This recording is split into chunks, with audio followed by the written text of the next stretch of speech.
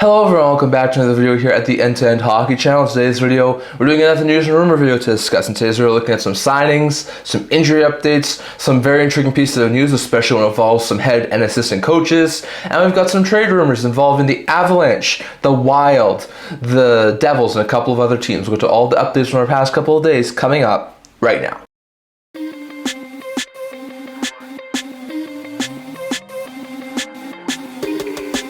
Hello everyone, welcome back to another video here at the End-to-End Hockey channel. Now, before we get started, don't forget to like this video and subscribe below. Thank you for all of your support. I would never be able to do this without all of you guys. So if you haven't already, don't forget to subscribe button down below. Don't forget to leave a comment. We're on the road to 500 subscribers and really it's helped the channel. And also don't forget to stay tuned for my June 27th, June 28th, and July 1st live streams talking about free agency and the draft.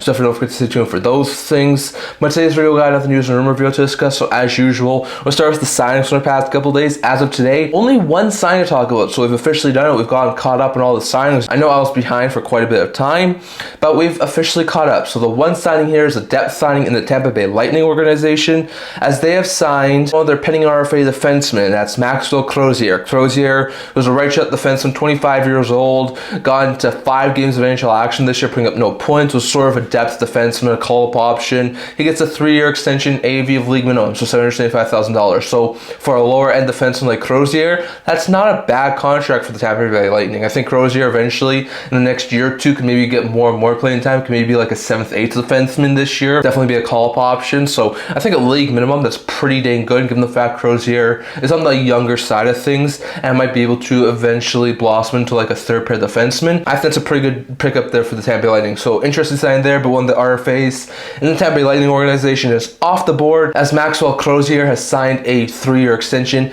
with Tampa, so very interesting note there. Once again, it's the only signing we have to talk about here today. So next, going over to a couple of injury updates. Only 3 injury updates here to talk about in today's video. So first, it's the Colorado Avalanche. Logan O'Connor has underwent hip surgery for the Avalanche. Will be out the next 5 to 6 months. So that's a horrible blow there for O'Connor. He's probably going to miss all of training camp, probably the start of the regular season next year too. So you're probably looking at like a late October, sometime in November return date, which is a bad blow there for the Avalanche. It might give them a little bit of cap flexibility to start the season, but definitely not going to be a long season-ending injury there for the Avalanche. So very interesting note there. It's a very interesting injury update. But O'Connor, who was a pretty productive player in the playoffs, has had hip surgery and will now be out the next 5 to 6 months. Well, for Florida, Jonah Gadjevich left Game 1 briefly in the Stanley Cup Final due to something we don't know about, but is ready to play for Game 2 and is ready to go. So it's good to see that whatever caused Gadjevich to miss a portion of Game 1 is not overly serious, so very good stuff there. Well, AJ Guerrier, who's been out since Game 5 of the Eastern Conference Final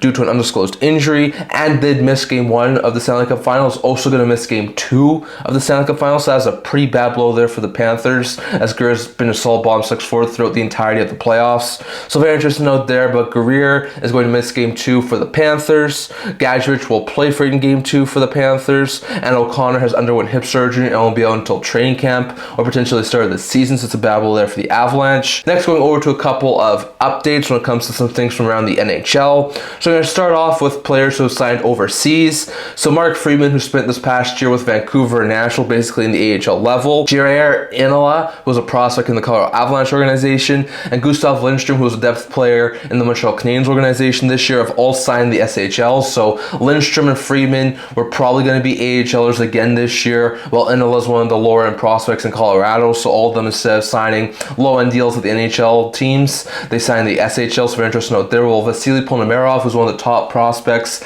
in the Pittsburgh Penguins organization, it sounds like him and the Penguins didn't really see a long-term fit this year at the NHL level for Ponomarev, so it sounds like he's going back to the KHL for a time being. It sounds like the Penguins will still retain his signing rights, but it does sound like Ponomarev will be heading overseas again, so very interesting note there. But Friedman, Inola, Lindstrom, and Ponomarev all going to be going overseas now. We're going to go to more hardware being one. We talk about the Bill Masterton Trophy for perseverance and things like that. that's what the award's for. The 3 finalists this year were Marc-Andre Fleury, who played one more season before retiring, Sean Monahan, who once again dealt with a lot of injuries last year, but was able to get a solid contract in the offseason, and Gabe Landeskog, who played his first game in the NHL playoffs in 3 seasons. So those were the 3 finalists for the Masterton Trophy, and the winner did wind up being Sean Monahan, so very interesting note there. Monahan has had one long and interesting career. He went to go play with his buddy Goudreau, and then Goudreau, like we talked about, unfortunately passed away, so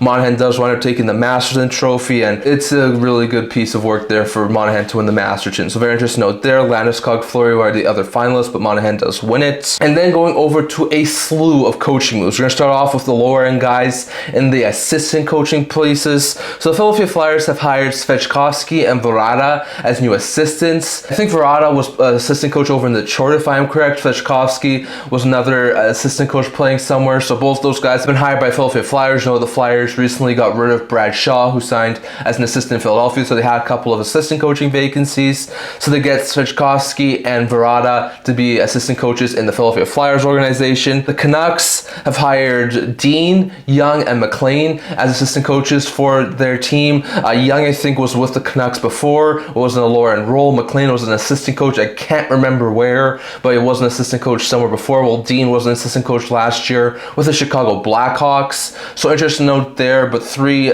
coaches who do have experience, not maybe as head coaches, but as coaching in the NHL, have all been hired as Canucks coaches. Former head coaches David Quinn and Joe Sacco have joined the New York Rangers staff and Mike Sullivan's staff as assistant coaches. So very interesting note there. David Quinn was a former head coach of the New York Rangers as well as the San Jose Sharks. This past year was an assistant coach in Pittsburgh. And Joe Sacco, who started the season as an assistant coach in Boston, finished the year as the interim head coach in Boston, didn't get the head coaching job with the Bruins, so he signed as assistant coach in New York. So very interesting note there. Those are some interesting assistant hires from Philadelphia, the New York Rangers, and the Vancouver Canucks. So very interesting note there. On top of that, the Leafs and the Bolts have also hired head coaches, as Hinote has signed as an assistant coach in Tampa, former player, had a long assistant coaching career over the past couple of years, assigned as an assistant in Tampa, while Derek Lalonde, former head coach of the Detroit Red Wings, has signed as an assistant in Toronto. So very interesting note there. But Toronto, Tampa, Philly, Vancouver, and the Rangers have all made assistant coaching hirings, and those are all some very intriguing people being hired as the new assistant coaches. So very interesting note there. And then we've got 1 head coaching hire and 1 head coaching fire to talk about, as the last head coaching vacancy was officially filled. As we know, Joe Sacco wound up signing with the New York Rangers as an assistant. There was a lot of speculation as to who would be the new Bruins head coach. It is indeed Marco Sturm. There was, I think, a report about a week ago saying that Marco Sturm was officially going to be the head coach. That was shot down, saying that Sturm was going to be a finalist, but nothing was official. Well, now it has been made official. Marco Sturm, who is the head coach in the Ontario reign of the AHL this past year, is now going to be the head coach in the Boston Bruins organization. So very interesting note there. I think Sturm was a long-time player. He's been a coach in the AHL over the past couple of years, so very interesting hire. I think it's a smart hire there for the Boston Bruins. Definitely one of the favorites, I think, for the Boston Bruins job. I know there was Leach as a favorite. I know that Love was a favorite, but it does wind up being Sturm. So I like this hire for the Boston Bruins. I think it's a really good hire, and especially if the Bruins are going down a retool path, I think Sturm's going to be a very good head coach for Boston. Well, we're going to go to the firing route. The Dallas Stars have indeed fired Peter DeBoer after the stuff that happened in Game 5 of the Western Conference Final. Like we talked about, Onger was benched just a couple of minutes into the first period of Game 5 of the Western Conference Final. A lot of the Dallas Stars players were not happy with that decision from Peter DeBoer, and that has led to DeBoer being fired. DeBoer was entering the final year of his deal, so the firing only negates 1 more season that he was on the contract for Dallas. Now the Stars are going to be going through a head coaching search. It'll be very interesting to see who winds up being the new head coach in Dallas. But after making it to the conference final in the West 6 out of the last 7 seasons on 3 different teams, Peter DeBoer has been fired by 3 different teams. So very interesting note there. But Dallas has fired DeBoer. Boston has hired Sturm as their new head coach. We saw some players leave for Europe. We also saw Monahan win the Masterton. And then Philadelphia, Vancouver, the New York Rangers, Toronto, and Tampa have all hired new assistant coaches to join their staff. So very interesting note there. And lastly, going over to a couple of trade rumors. So lastly here, going over to a couple of trade rumors. So we're going to start off with the New Jersey Devils. According to Elliotte Friedman, who was talking, I think it was on a radio hit, he says that the New Jersey Devils, who were very unhappy with the end of their season, they did make the playoffs this year, but it ended in 5 games in round 1 to the Carolina Hurricanes. There was a lot of contributing factors. We talked about that in my off-season preview video. I think the injuries were probably the biggest thing. Like, they were without half of their blue line in that playoff series against the Hurricanes. So it's definitely a sour way to end the season, only winning 1 playoff game. But still, it's very interesting out there. And Elliotte Friedman does say that the Devils are going to be heavily looking at the market right now and try and get some upgrades. So in my opinion, if you look at this team, goaltending wise, they're in a pretty good position. They may lose Jake Allen, so they could be looking for like a backup. They have Nico Dawes, who's done quite all right over the past couple of years in the backup role if he needed to be. Markstrom still signed for another season, and Markstrom showed in the playoffs especially how good of a goaltender he is. So like, I probably wouldn't touch much anything goaltending. Defensive wise, I could see him move off of defenseman, given the fact they just signed Kovacevic, given the fact they have Hamilton still, Casey and Nemec are coming up in the very near future. So with that in mind, like, I don't think they're going to make too many defensive moves. Maybe they subtract someone, but with Kovacevic potentially starting the season on injury reserve, I could see him maybe try and keep a defenseman, maybe just make minimal moves. I think if they were to try and make some sort of a big upgrade, it would be up front. They were missing Jack Hughes in that playoff series, so definitely were without a little bit of firepower. But I think this team could have definitely been a little bit better on the offensive side. So they have a couple decent guys. Like, I wouldn't be surprised if they moved a guy like Andre Palat or Eric Holla on the forward group, but I think they will be trying to go after some star power up front. I'm not sure if they're going to be in like the Marner, Ehlers, Besser sweepstakes. I'm not sure if they're going to be after some of the bigger trade chips like a Zegras or a Kreider. Like, I'm not exactly sure, but if they were to make some sort of a big upgrade, I think it'd be on the forward group. So we'll have to wait and see on that, but Friedman does say that the Devils are exploring the market after a really sour end to the season. Next, going over to the Vancouver Canucks and Minnesota Wild, according to Michael Russo, he says that Marco Rossi, who we've talked about his names out there, very likely chance he gets traded. Rossi is a solid second line center. He's an RFA, so he's going to need a new contract. Wild might not want to pay what he's asking for, so there's a very likely chance he gets moved. Russo does say that the Vancouver Canucks are one of the teams who has some major interest in Marco Rossi, and it makes sense. The Canucks are a team who's in desperate need of a second line center. We know they moved JT Miller in season,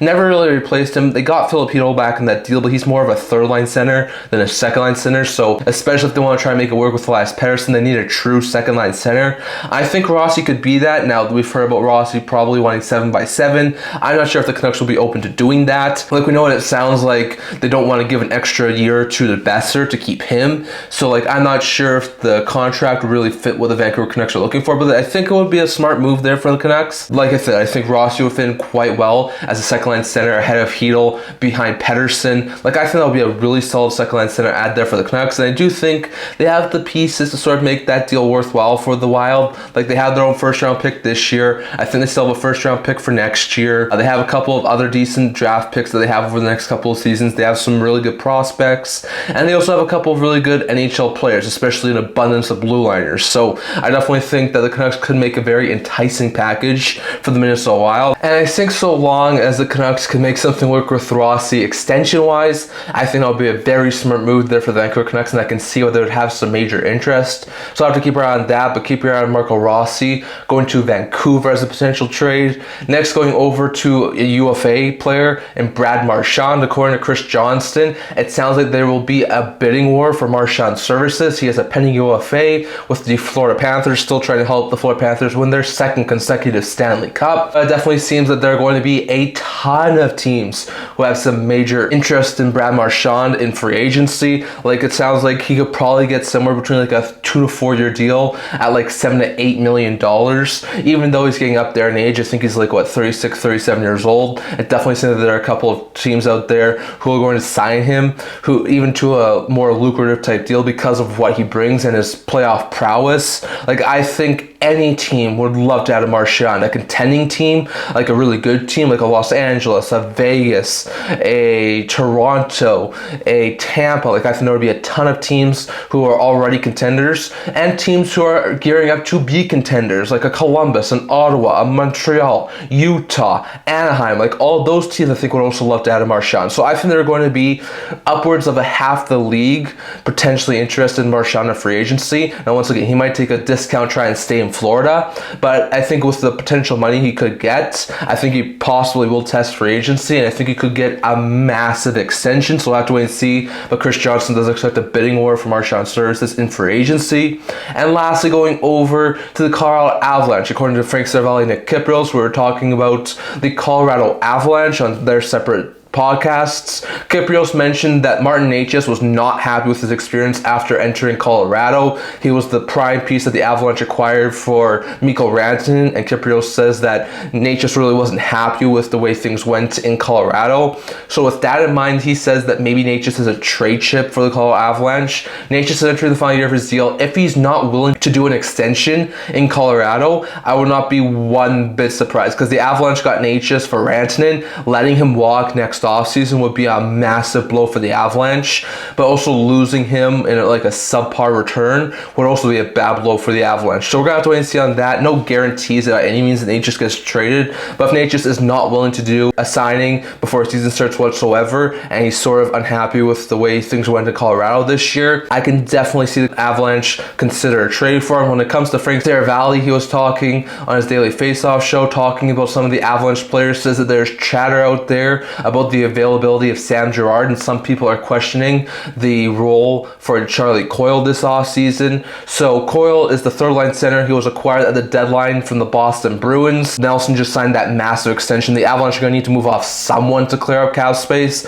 Coyle making $5 million as their third line center is someone who I think they could do without. I think a guy like Jack Drury, who's making I think just over $1 million, just over $2 million, is a much more better third line center option for the Avalanche team, or going out for agency and getting someone between like $2 and $3 million would be a smart move there instead of keeping Coyle. So Coyle's also entering the final year of his deal, so it definitely seems like Coyle's time in Colorado might be coming to an end. Well, for Sam Girard, we talked about Girard's name over the past couple of years. We talked about him when Taves' contract was coming. We talked about him when McKinnon's contract was coming, to try and free up some cap space. Throughout all of those signings, he stayed in Colorado, but with the sort of tight cap situation the Avalanche are in now, it might make sense to trade him. They got Manson, they got Taves, they got Makar, and there's a couple of other decent defenders who can round out those last three of the top six for Colorado. So if the right deal's out there, like I think it would have to be a pretty good ask to try and pry Girard, who's got a couple of years left at a $5 million cap hit, but Girard might be one of the names to watch out for in Colorado. So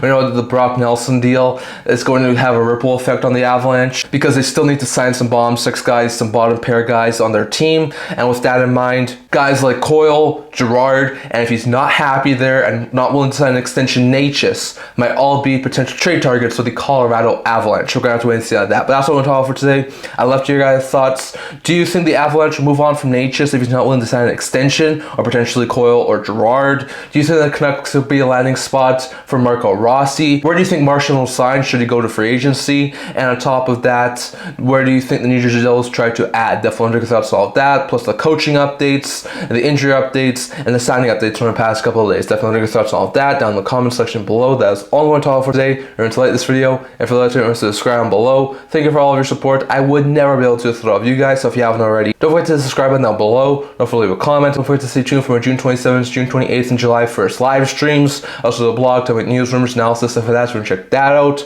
I'll link to it down in the description below. Can't wait to see you guys all for next video. See you guys soon.